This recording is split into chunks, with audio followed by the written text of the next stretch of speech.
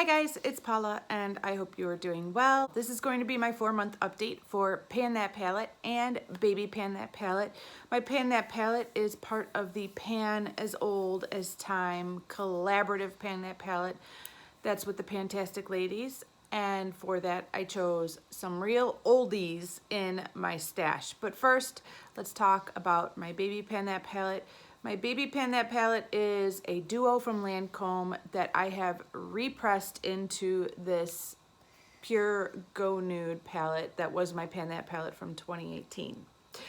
I'm going to show you a quick clip of what my palette looked like last month.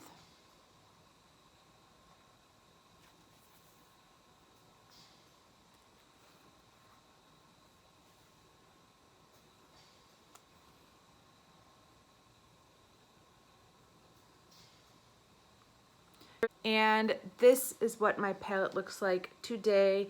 There is honestly not a big change in any of the shadows. I kind of stopped working on this purple shade over the last 2 weeks and it got away from me, so I need to get back to that so that I could hit pan on it. I don't think I'm that far away from pan, but it's always hard to tell.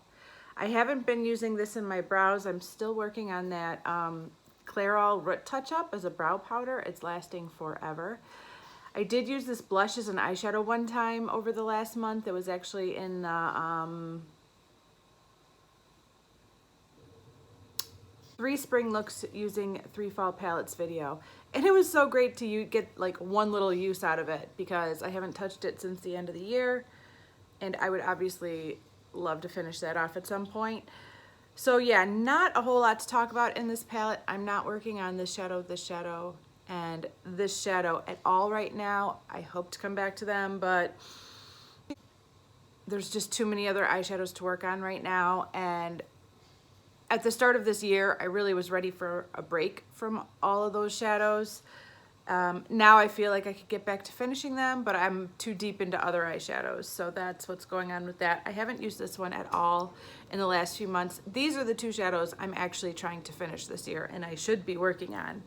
But yeah, I haven't used this one at all, and I haven't worked on this one in the last 2 weeks or so, but I think I could hit pan real soon if I zero in on it for a few weeks. Let's talk about my main Pan That palette. For my Pan That palette this year, I decided to work on a group of single shadows or depotted shadows that I could put into a magnetic palette. I have a whole video where I took all my magnetic palettes out and rearranged them to create this palette. I will try to link that video down below if you missed that. Basically, out of all the eyeshadows I own, I am trying to use this palette more than anything else. It's hard, but I have been trying. Let me show you a clip of what my palette looked like last month.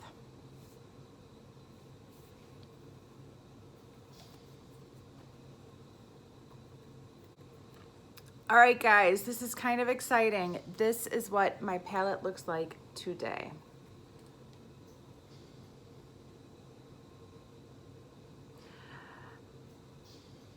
I managed to hit 3 pans since last month's update, and 2 of them I hit today. Yes! Needless to say, I'm a little overjoyed in hitting 2 pans today. Let me show you because they're baby pans. Okay, so first of all, this is what my palette looks like. I'm a little silly, but seriously, that was just too much. Like, I said a little prayer last night.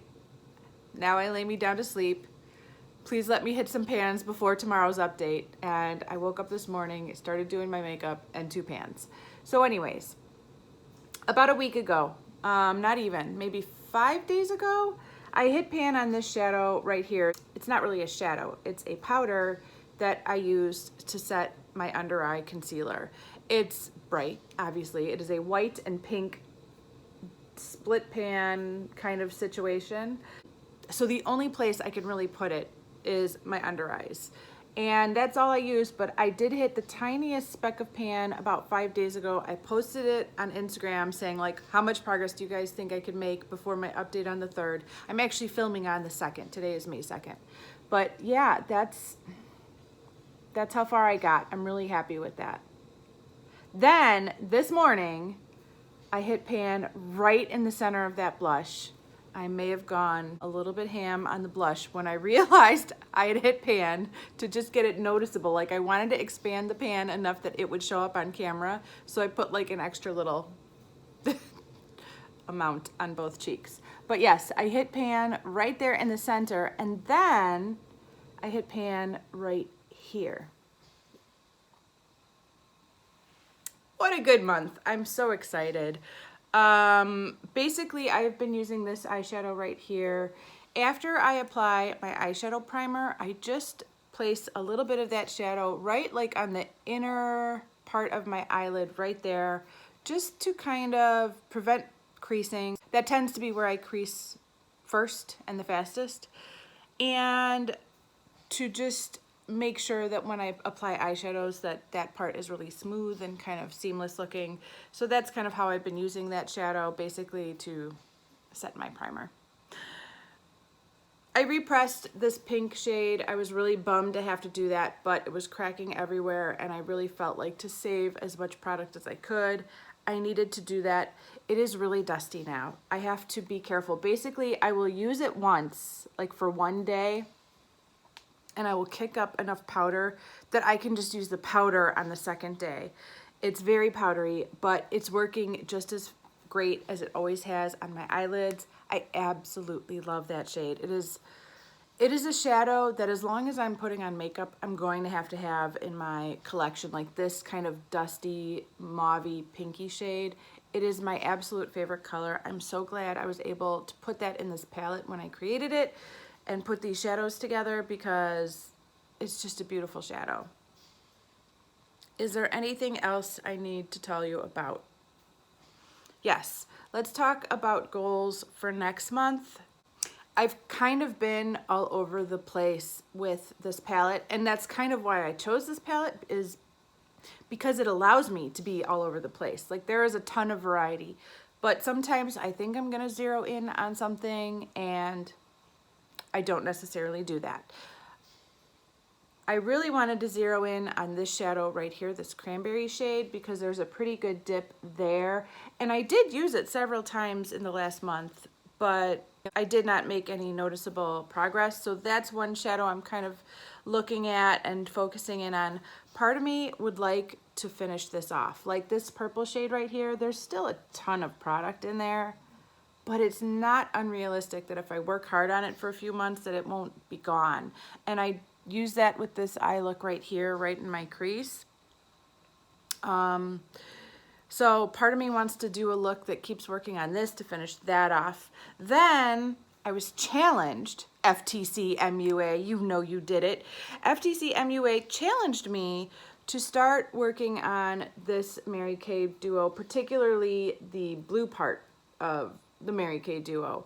And I have come up with a look that uses this one right here, this Makeup Geek shadow. This is Fantasy. And this eyeshadow, this is Starboy from Luxie Beauty. And I really like that look. I've only done it once, but I could see myself kind of focusing in on that look for a significant amount of time. I really like that combination. So yeah, I'm all over the place, but those are kind of my thoughts as far as what I might want to do for next month. So maybe this cranberry shade or maybe the blue and green shadows,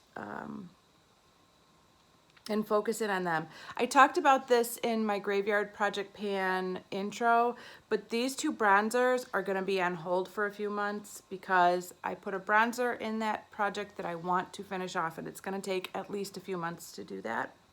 Let's talk about what I have on my eyes today. I'm not using this palette exclusively, but in my eye look today, I do have my pinky Mary Kay shade that I absolutely love in my transition area, along with a little bit of soft brown from MAC in my crease. And then on my eyelid, I have this shade right here. This is from Lala Cosmetics. They're no longer around, but I love this shadow. I don't remember what it's called, but I have this shadow all over my eyelid with a little bit of Urban Decay Moon Dust Spectre on top of it. I have this pink shade from Makeup Geek. This is a foiled shadow, and I believe it's called Whimsical. Yes. On my inner corner and like the very, very inner like quarter of my eyelid. And then everything else is from a different palette. I did make a comment last month that this is a shadow that I could definitely see myself repurchasing because it is so special and so beautiful. And one of you, I can't remember who, kind of said like, come on, Paula, shop your stash. Don't talk about buying another replacement when you know you have it somewhere in your stash. And I want to thank you because you did remind me that not too long ago, in February, I did a shopping my stash video using light pink, and I think I swatched my entire body with light pink eyeshadows. And there was actually one in a Juvia's Place palette that is a very close dupe to that. So I'm gonna stop talking about rebuying this shadow right now and put that on hold and focus on finishing this up and then shopping my stash. So thank you to whoever it was that reminded me I don't need to talk about rebuying this, because as good of a shadow as it is, I do have other shadows like it in my stash that I need to focus on if I ever finish this one. I think that's all I have to talk about regarding this palette, you guys. I'm sure that's enough. I've been talking for like 15 minutes. All right, that is it for my update for Pan That palette. I'm still in love with this palette. There's no boredom. I wish I could use it every single day, but because of other shadows and other projects, I do try to rotate through some other things here and there, but that is definitely my main focus, and I'm nowhere near getting sick of it or tired of it. I have a long way to go. I never thought I was going to finish that palette this year completely, and it's clear that I cannot do that, but I'm really happy with the amount of usage I've gotten from those particular shadows so far this year, and I'm so excited to have 3 new pans in that palette for this month. I'm so happy. All right, that's it. Thank you guys so much for watching, and I will see you in the next one. Bye.